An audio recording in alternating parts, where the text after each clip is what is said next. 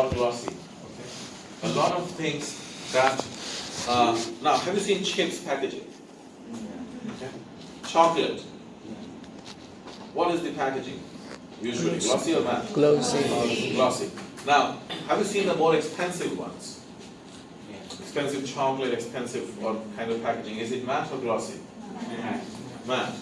Now, matte and glossy packaging have widely different implications in terms of how consumers perceive the packaging. Matte is considered to be more premium in terms of pricing. Why? Not because it's considered to be better, but because it's considered to be unconventional. Glossy, as I said, has a natural tendency to influence people. We are attracted to bling. Okay?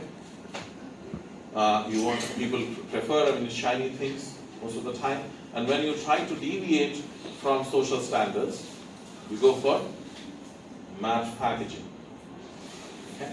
Now, in terms of green, there is research that says that if both are green color packaging, one is matte and one is glossy, people think that the matte one is greener.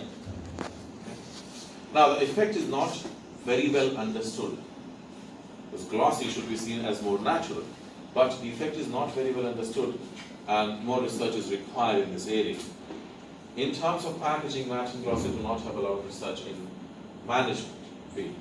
There's a lot of research on matte and glossy in general, not exactly managing in social science, in terms of how culture see it, in terms of how people behave to it, but in management, matte and glossy is not a topic of research that has been pursued very well.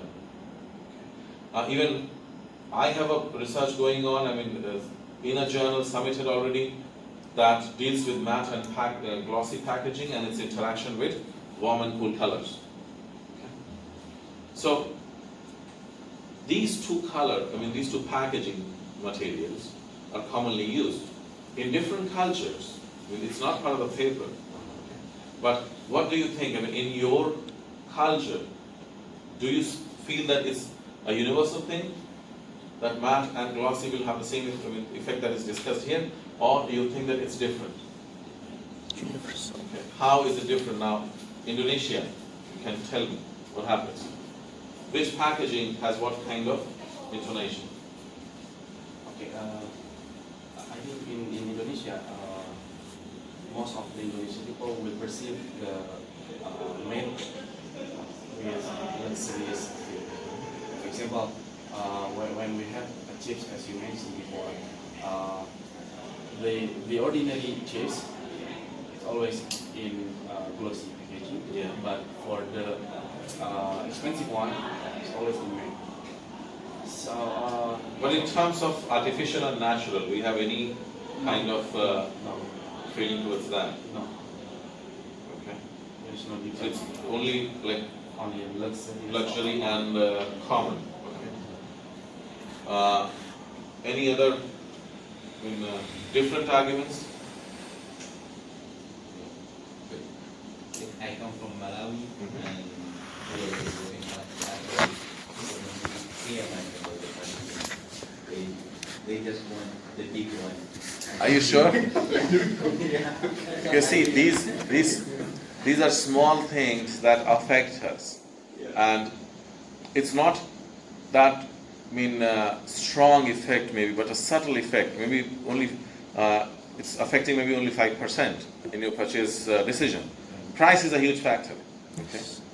Beyond that, there are many other factors that can make competition tough for others. So, not even a small effect of matter, you don't just big one. Most products, right? They are more glossy.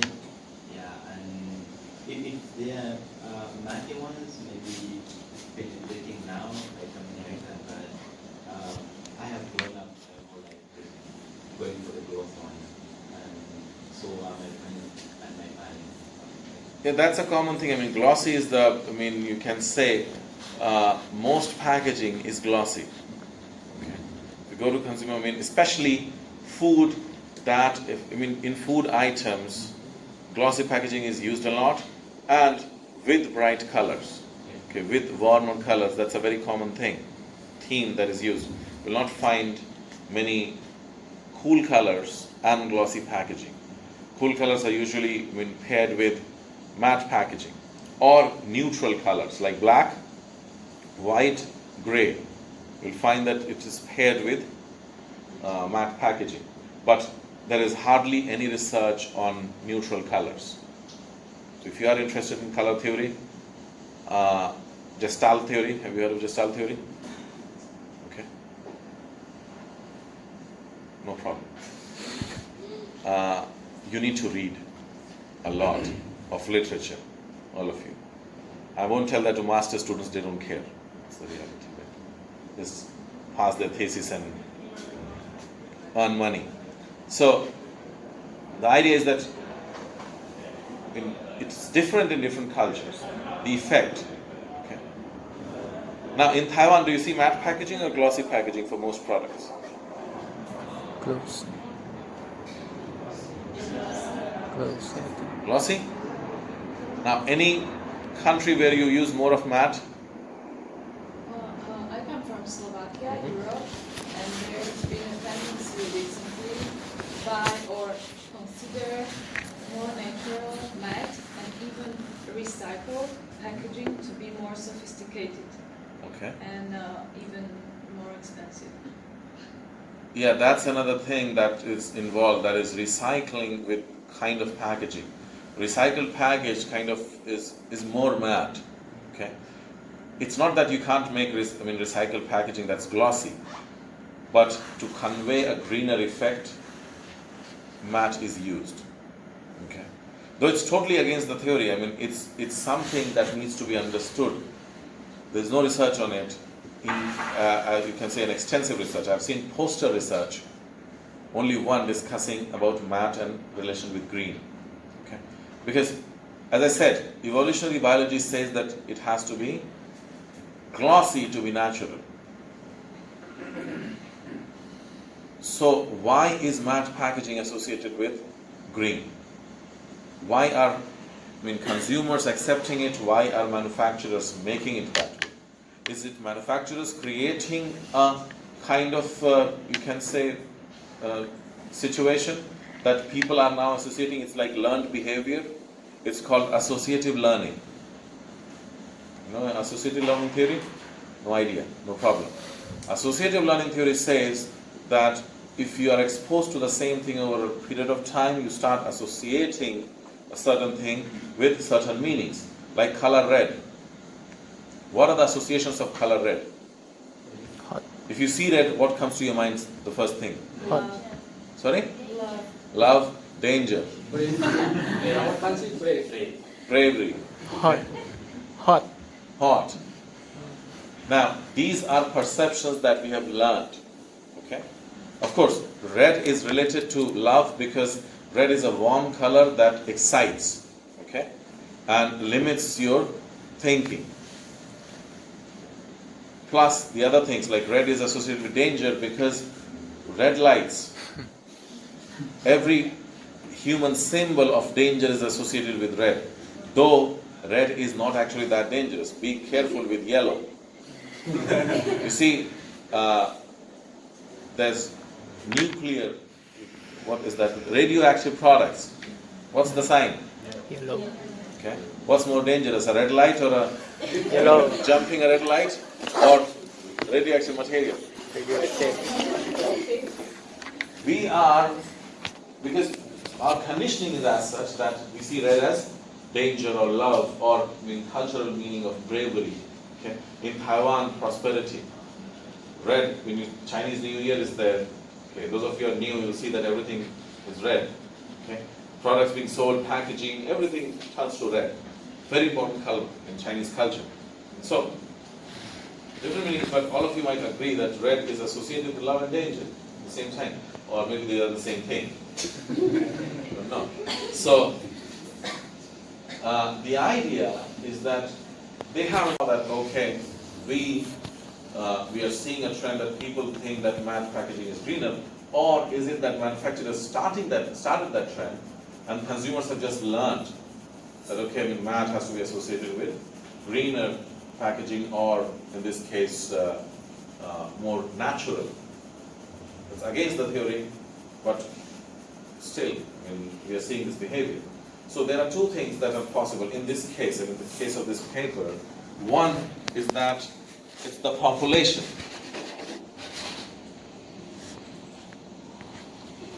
It's the population that has caused this effect. The data was collected in Austria, right? It's a European country. Sophistication is a very important part of European culture. Okay? And math is, as you said, it's more sophisticated. So maybe it's because of that. Maybe it's because of something else, because I'm not sure if the study has controls. When you do experiments, what we try to, instead of trying to prove something, we try to rule out a lot of things. So study 1 or 2 are usually related to the direct effect, that is, this is the effect, and subsequent studies are usually about that it's not because of something else. Okay? Now it's marketing letters, this journal, it publishes only very short articles.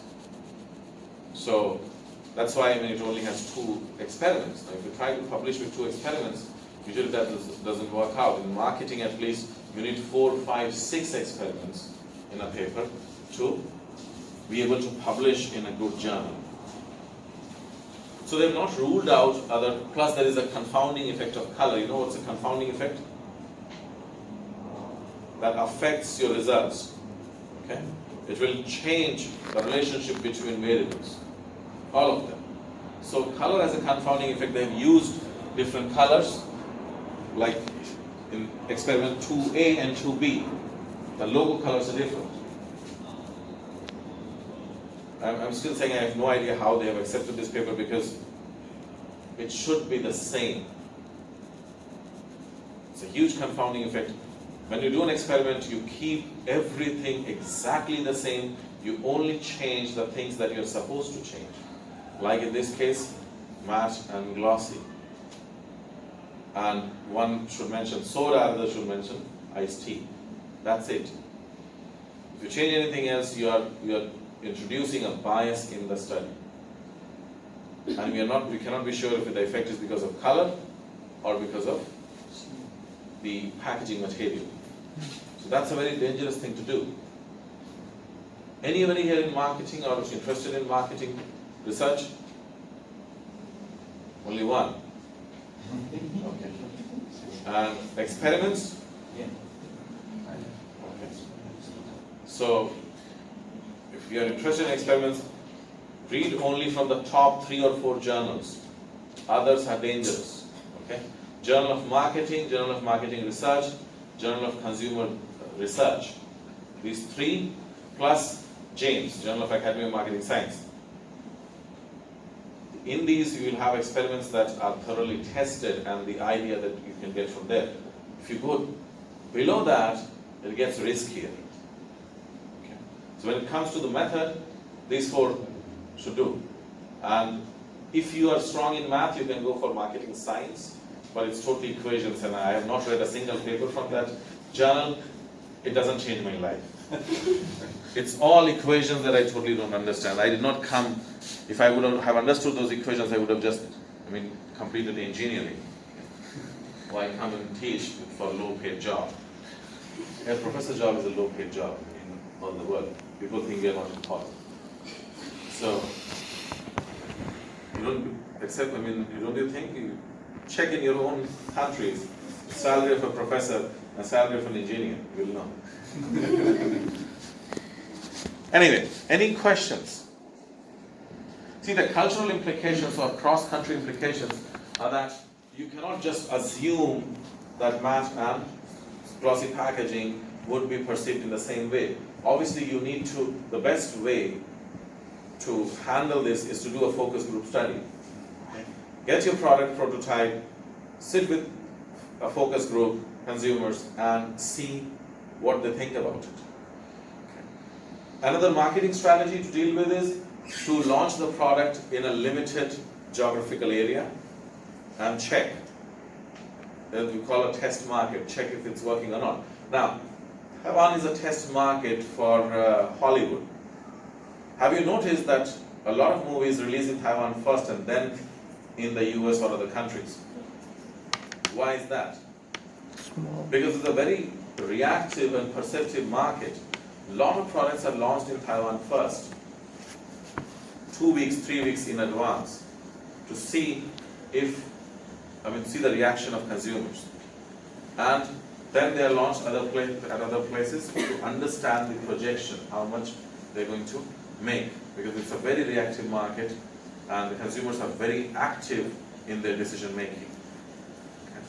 So that's why it's used as a platform market by many companies. Even Hollywood, they launched it first here and then to other countries. A lot of movies are launched like that, if you will notice. So, what was the point that I was trying to make? Yeah. Okay. Concluding what? I get lost. Yes, different cultures. So you have your test, I said geographical area, right? So that's in two ways: focus group or testing in a limited geographical market to see what is going to work. Now the case that they discussed about Neerlander or something, right? Okay, that's something that happens a lot. Okay. Companies, they tend to think that this strategy is going to work, but it fails because, see, people are not only different in their consumption, they're different in how they use a product. Okay? Every product has the same thing. It has a cultural connotation, how you use that product. Now, if you think of a spoon, what's the purpose of a spoon? Eating. That's it? Stirring. Measuring. Taking out a product. Okay? Opening a can. You must be using a very long spoon. Okay? Now, a spoon is not designed to open a can, but we use it for that. Plus, there are many other uses that are very cultural. Okay? For the same product, you may have different cultural use. And as you said, the tin was being used to boil water. Okay? That's not the purpose of that packaging, but it's done. A lot of times, consumers buy product for the packaging, not for the product itself. Okay? Like, my wife would buy candy because she likes the glass jar. She doesn't care about the candy. I anyway don't get to eat anything because I'm fat. So she doesn't want me to get fatter, so no candy for me. So the candy goes out and the jar is used. So that is an important thing to understand, that the use, and the problem is that companies do not think. Most companies are ethnocentric.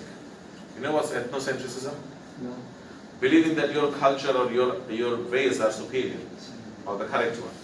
The companies initially, most of them think that it's very, they're ethnocentric. They think that, okay, if it works well for us, everybody was going to like it. That's not the case. You have to be geocentric, understand that there are differences and adjust to them. And that's an important thing that we are going to discuss today about culture itself in the chapter. So before we proceed, let's take a break and then we continue reading. Culture. So please don't think that this is the only important thing. So it is one of the most important things, but not the only one. Now, the first thing that we are going to discuss today is basically what is culture, okay? And how do we define it? How we differentiate between cultures. Now, so basically, the most important thing that you need to understand that is norms. Based on values and attitudes and beliefs of a group of people. So culture, people are the center of a culture. And this is a learned behavior. Now, if you're born in Taiwan, you become a Taiwanese, not by passport, but culturally. If you're born to immigrant parents, you get confused because you're learning two cultures at the same time. And if those immigrant parents are from different cultures, then you're learning more things at the same time and it's totally confusing. Okay? but it's a learned thing. It's how you are supposed to behave, the things that you're going to value in life, your perspective in life. All that is defined by culture. And most importantly for business, that's how you're going to consume. Culture defines why people buy products. It's not only what, why. For example, if the culture in your country says that materialism is not a good thing and simple living is important, you do not, most of the population would believe that you do not need to buy a lot of things. Okay? Now, can you name any country where people are not materialistic or they do not want to buy a lot of things? China. China? That's the biggest market. People are buying so much that there's more demand than required. Now, Japan is highly, they believe in harmony, but they buy. Bhutan. Bhutan, yes. Korea. Myanmar, okay, Burma, that's in these countries. They have very strong belief in simple living that leads to very low consumerism. Now, don't confuse materialism with minimalism. These are two different things. Now, Japanese culture is moving towards minimalism. That is, keep limited number of things. Maybe I just have one car, but that's a Ferrari. That's minimalism, possibly, by definition, but that's not being non-materialistic. Okay? So, understand the difference. So, different cultures have different beliefs on why they consume, plus again, what they consume, in what quantity they consume. Okay? And how they consume it, and what is the meaning of consumerism in that culture. It's very important to understand that, and also internationally you need to understand how people interact with others. Because companies don't do business, it's the people in companies who do business. So you need to understand how you interact. What's the difference in communication and other things that cause conflict when you are conducting international business. Now it's an integral part of a nation's operating environment. So if you go to a country, you cannot dissociate it with its culture. Okay? And every business function is subject to potential cultural differences. Now take anything, you take consumerism, you take human resources. People are different, so they behave differently. And the important thing for you to understand is that how to avoid conflict. It comes later that how you benefit from that association. First thing is to avoid conflict in a new relationship, okay, or an ongoing one.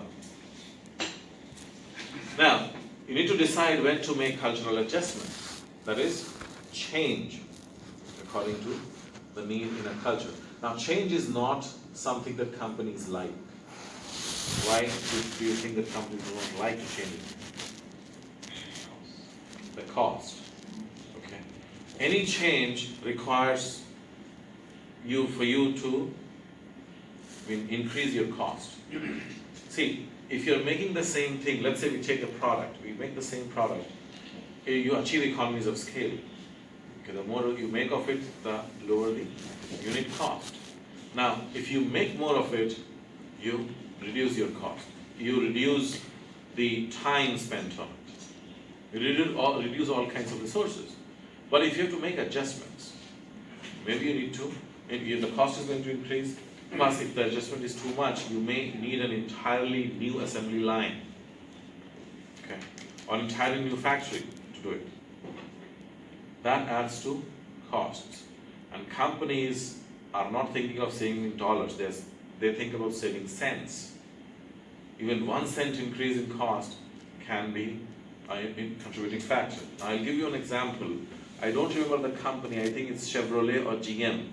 These are car companies. Now, when you start a car, you insert the key and then you turn it, right? So there's a spring action inside it. Now, they shorten the spring to save money.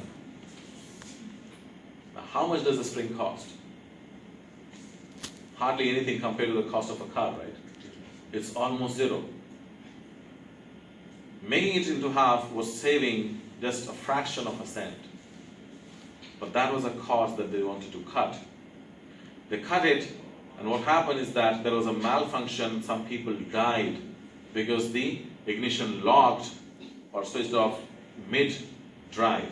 And we were driving, the engine switched off, the steering locked, and there was an accident. Small change, okay. Hardly saving any money for them. But that's the cost that companies want to cut. Okay. Because 99.9% of companies are very greedy. You have to accept that and start from there. Okay. So, they want to cut costs, and change is not something that companies like, but you need to do it. That was the reason that initially managers did not want to change anything, but it was efficient, but it was not effective. It's only effective when you make cultural adjustments. So then nobody was buying anything, so they just started making changes. Okay. Now, this is a different point, but if you talk about diversity, okay, diversity in human resources can allow a company to gain competitive advantage by bringing together people of diverse backgrounds and experience. Okay.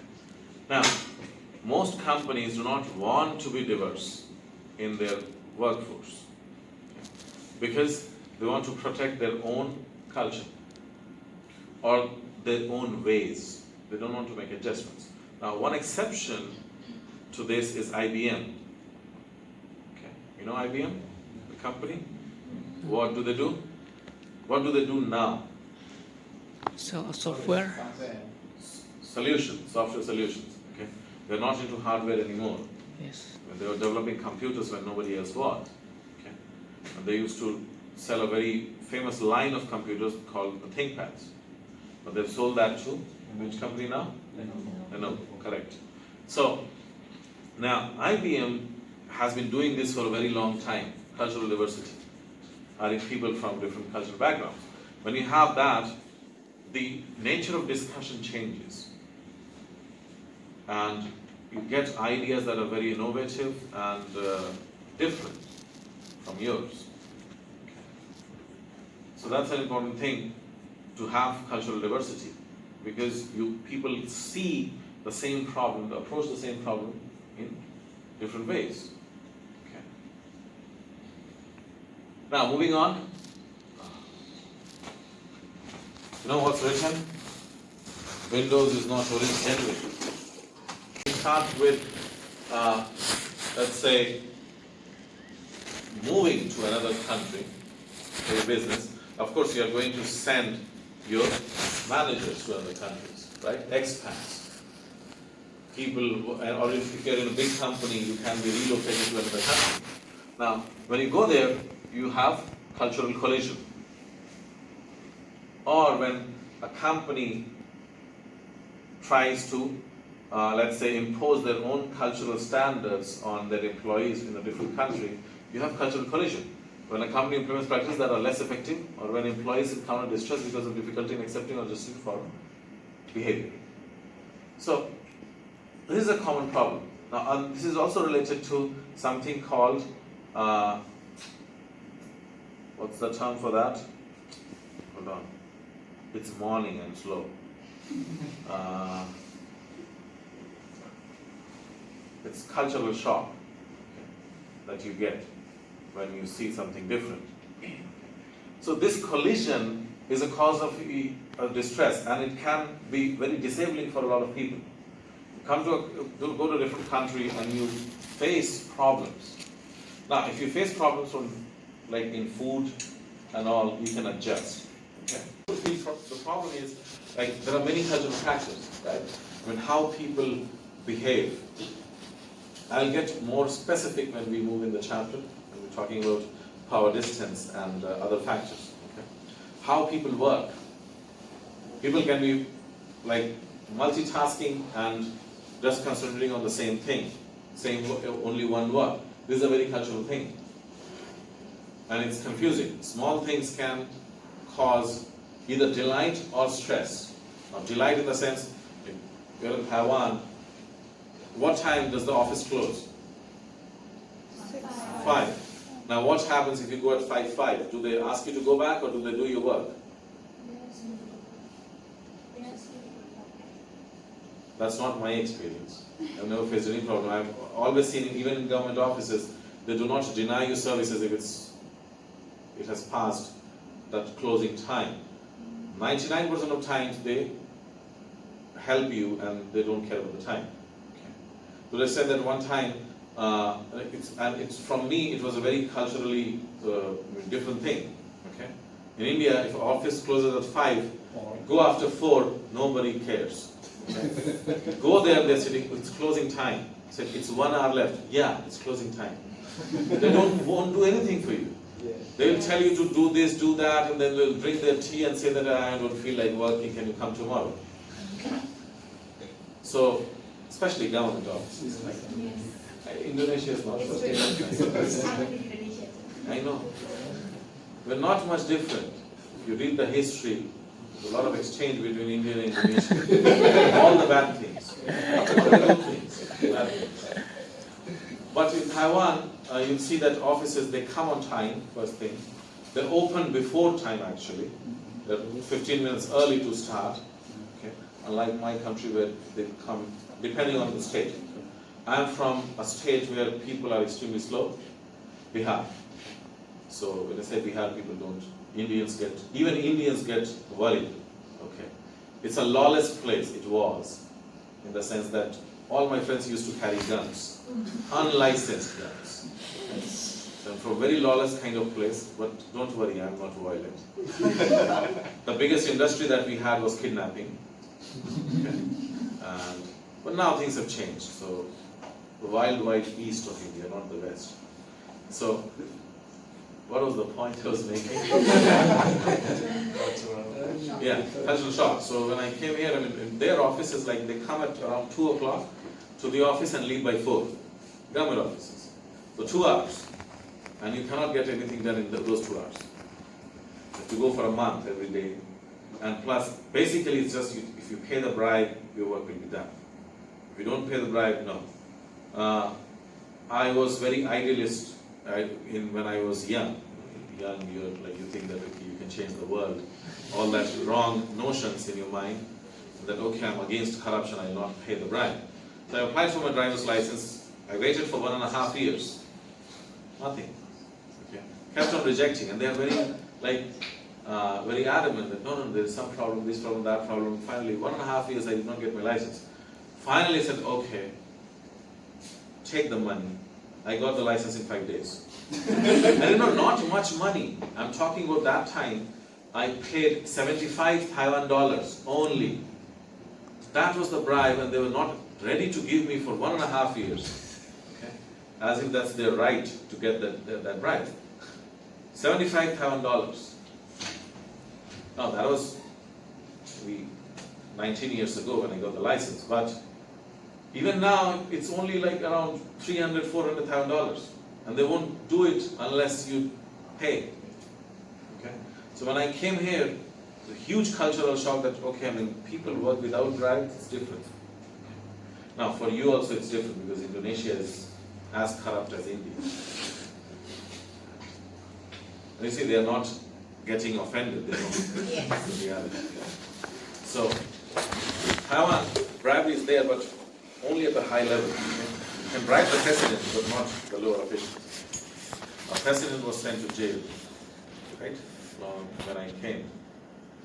I don't remember the name. But that kind of bribery is there, but lower level, no. Okay. Try bribing a cop when you're caught without license on your scooter. You will know. Anyway, so cultural shock, different kinds people get. As an employee, you have a lot of stress already. You have left your family maybe. You have come, you have to work under, usually there's more pressure of work, plus things are different. People take breaks on different times, people treat work in a different way. You are used to working very seriously and they take it very casually. Or maybe people discuss family during work, you are not used to it. Or you are used to discussing family and this chit-chat and people are not interested.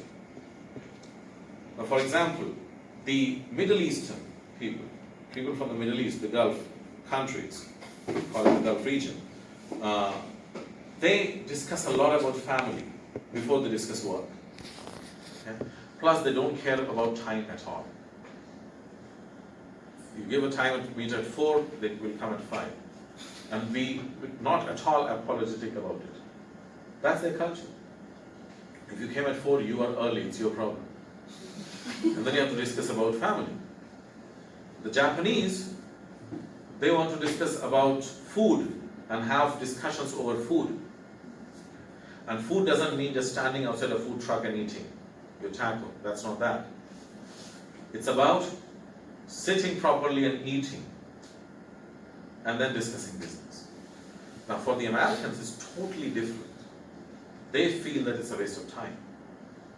So it took them 20, 30 years to really understand what was going on. Because you have to conduct business, you have to know each other. Plus, business can be conducted even in hostile environments. India and China do not have a very good relationship in terms of, sovereignty.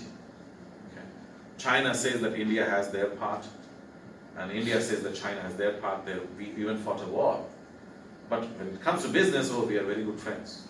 Okay. Do billions of dollars of business. We do a lot of business even with countries which we consider as our enemies, like Pakistan, India and Pakistan. We do a lot of business. Okay. Occasionally there are problems and then the business stops, and slowly it starts again. Now people will have different opinion, but in terms of business, that's how the world works. Okay. So stress is there. Now anybody has worked abroad? Now, what's your experience in terms of cultural collision? Well, it was in Europe, so actually it was kind of the same. I never worked out of Europe. But Europe is also very different. In which country did you work? Great Britain. Okay, that's quite different from your country. Too many Indians, right? Actually, now that you are telling that, yes, that was my cultural shock. The food there and the chicken tikka masala. Yeah. That's the national. I wanted to have fish and chips, or before I had gone to England, I thought I would eat fish and chips and all this stuff, but actually I ate more Indian food than Yes. real British food. I know, the British, when they came to India, they thought that they would just leave and there won't be any repercussions. But we followed them back. Now that they're taking over the country, and chicken tikka masala is the national dish of Britain. They don't eat anything other than that. Fish and chips was the traditional thing, right, for the British, but that's gone. It's not there. They're eating more Indian food. Yeah, that's the reality. But yes, and the weather, right?